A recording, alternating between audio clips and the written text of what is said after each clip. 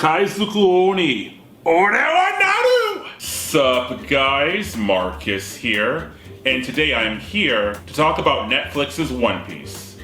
Now I am familiar with the manga and anime. I started the anime back in my college days, and I got up to the 2-year time skip part. Now it's been 10 years later, and it all feels so daunting. Luffy, I love you, man, but how long have we been at sea? 26 years? And counting? Oh, okay. When Netflix announced that they were going to be doing a live-action adaptation, honestly, I didn't care. I mean, look at their track record. Death Note was bad, and Cowboy Bebop was mediocre at best. And One Piece is one of the sillier properties out there, so I thought, there's no way they're going to be able to please the fans and bring in mainstream audiences. It's gonna be Dragon Ball Evolution all over again. So I decided to watch the first episode, kind of for a laugh. And boy, was I wrong. This was great! They did it! We won! I binged the entire season in like a day. This show even got me to rewatch the anime from the beginning. Yes, I know I'll be like a senior citizen by the time I finish, but honestly, I think it'll be worth it. So here are 5 things, in no particular order, that I liked about Netflix's One Piece. Spoilers ahead for the show, and mild spoilers for the manga. Number 1, respecting the source material. As I said before, One Piece is kind of an out there series. Remember the insanity that was Pirates of the Caribbean 3? Yeah, that's One Piece on a regular day. So I always thought that the showrunners would remove a lot of that quirkiness from the show. And no, they didn't. In fact, they doubled down on it. With manga creator Oda Sensei's help, they truly did make live-action One Piece. From the synchronization gags, Grandpa? to the cartoon aesthetic, to the physical gags, from Kuro and his glasses, to early Luffy always holding his hat when he fights. They even did the Din Din Mushi. That would have been the first thing I would have cut. And not just the Din Din Mushi, they even gave Nami her own snail Bluetooth. That is not in the series. What also helps this show succeed is that anime is far more mainstream now than it was 10 or 15 years ago. So audiences are far more willing to go with the flow. All you people who made fun of me back in high school for being a part of the anime club, well, look who's laughing now. Number 2, the cast. The Straw Hat Pirates are a lot of fun to hang out with, and they're just as fun in the show. So let's start with Luffy. I think this actor may have been made in a lab specifically to play this character. Like, if you took the essence of what makes Luffy, Luffy, and put him into a real life person, this is most likely what he would be like. He has all the giddy optimism and quirkiness of Luffy, but it feels slightly more grounded. Like if normal Luffy is always at an 11, this Luffy's at a nice solid 9. It also helps that Iñaki Godoy is pretty much in Luffy mode even when the cameras are off. He is this guy. Hence my lab theory. Oh, and Luffy with curly hair. I love it.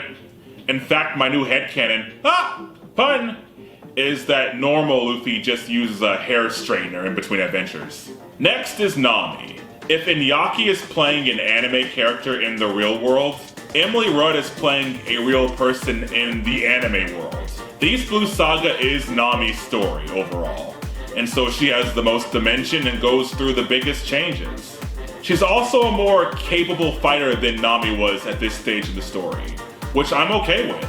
When it comes to female anime characters, I personally detest what I call Season 1 Sakura Syndrome. Get her out there now! Next is Zoro.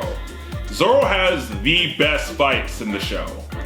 And when mainstream thinks of pirates, it usually involves sword fights, so this is a plus. Now he is a lot more edgier than canon Zoro, so sometimes he comes off more like Zuko or Sasuke than Zoro. But the show is aware of this, and they use that edginess for comedic effect all the time. In episode 3, some of the funniest moments come from Zoro. Hey, Zoro! What you gonna wear? Something black. Next we got Usopp.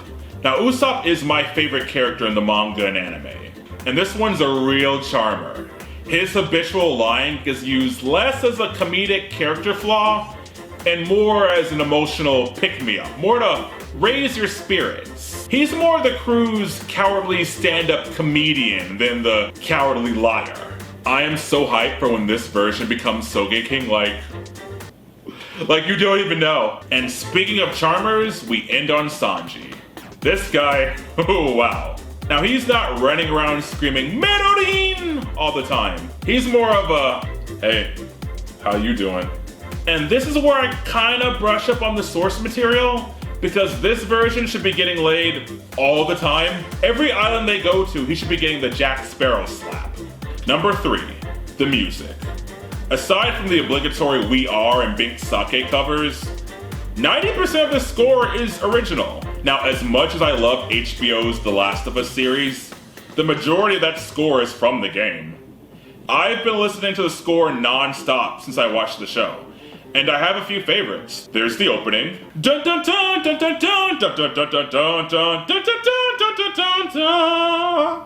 Captain Albeda's theme. Dun dun dun dun dun dun dun. Zoro versus the Cat Pirates.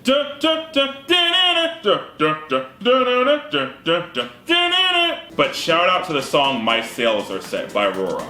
She should do one every season to close out the show. Number 4, the Deviations. If it's one for one the source material, it all just feels pointless and derivative. You guys remember the shot-for-shot remake of Psycho in the 90s? Neither do I. I remember season 5 of Bates Motel where they put their own spin on the movie. For me, what makes One Piece, grand adventures, eccentric characters, following your dreams, overcoming your past trauma, and of course, Nakama. As long as you have those traits, you can play around with the story. So yeah, make the Garp reveal 300 episodes early. It lets Luffy have a little bit of emotional conflict. Yeah, make Kobe a main character.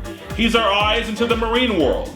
Have Mihawk wipe out Don Krieg. It lets you bring in Arlong early. It makes the East Blue Saga overall feel a little less episodic.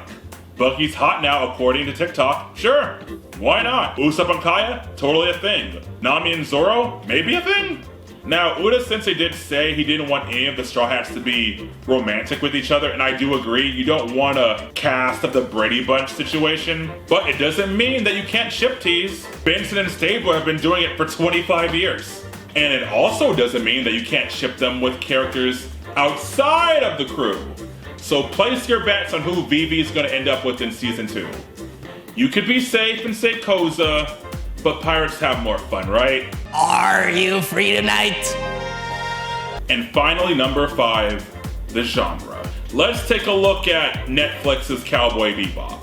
It tried so hard to emulate Cowboy Bebop, but it didn't look at the genre of Cowboy Bebop. That's why even when the show recreated scenes from the anime, it all kind of felt off. A copy of a copy. And pirate stories are fun.